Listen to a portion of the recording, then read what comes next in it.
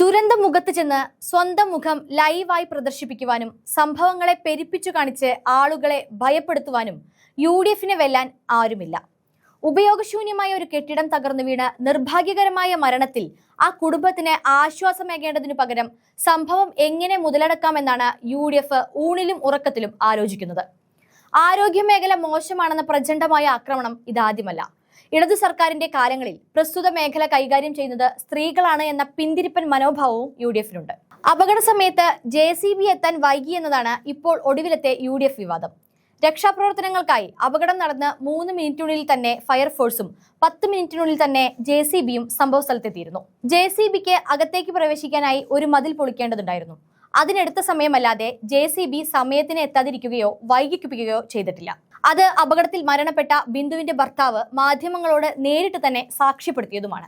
സമരങ്ങളും വിമർശനങ്ങളുമാകാം, പക്ഷേ ദുരന്ത സമയത്ത് കയ്യും കെട്ടി നോക്കി നിന്ന് രക്ഷാപ്രവർത്തനങ്ങളിൽ സഹകരിക്കാതെ എങ്ങനെയെങ്കിലും അധികാരത്തിലെത്താമെന്ന മോഹം മാത്രം വെച്ച് നടക്കുന്ന യൂത്ത് വിങ് അടക്കമുള്ള UDFിന് സർക്കാരിനെ വിമർശിക്കാൻ യാതൊരു അവകാശവുമില്ല എന്നത് ഉറച്ചു തന്നെ പറയുന്നു. UDFിന്റെ ഈ ഷോ ഓഫ് പ്രളയകാലത്തും മഹാമാരിയുടെ കാലത്തും കണ്ടതാണ്. രക്ഷാപ്രവർത്തനത്തിൽ സഹകരിക്കാതെ അനാവശ്യ ബഹളങ്ങൾ മനഃപൂർവ്വം ഉണ്ടാക്കി രക്ഷാപ്രവർത്തനത്തെ തടസ്സപ്പെടുത്തുന്ന രീതികൾ വരെ നാം കണ്ടതാണ്. DYFI എന്ന സംഘടന വ്യത്യസ്തമാകുന്നതും മാതൃകയാകുന്നതും ഇത്തരം സന്ദർഭങ്ങളിലാണ്. 1991 കരുണാകരൻ മുഖ്യമന്ത്രിയായിരിക്കുമ്പോഴാണ് ആദ്യ പ്രളയം ഉണ്ടാകുന്നത്. DYFIയുടെ ചരിത്രത്തിൽ തന്നെ ഏറ്റവും ശക്തമായി ഏറ്റുമുട്ടിയ ഭരണാധികാരികളിൽ ഒരാളായിരുന്നു കരുണാകരൻ.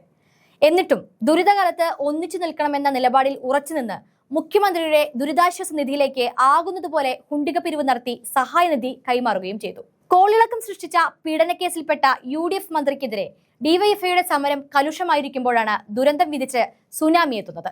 അന്ന് സമരം നിർത്തിവെച്ച് രക്ഷാപ്രവർത്തനത്തിന് ഇറങ്ങി സർക്കാരിനൊപ്പം സഹകരിക്കുകയാണ് DYFI ചെയ്തത്. പിന്നെയും ഒരുപാട് ഉദാഹരണങ്ങൾ.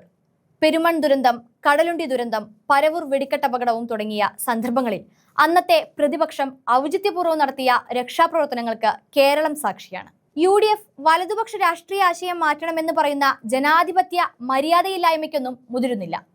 അധികാരമോഹം മൂത്തു ചെയ്യുന്ന പരിപാടികൾ നിർത്താൻ കുറഞ്ഞത് DYFIയെ രഹസ്യമായി നിരീക്ഷിക്കുന്നതെങ്കിലും നല്ലതായിരിക്കും.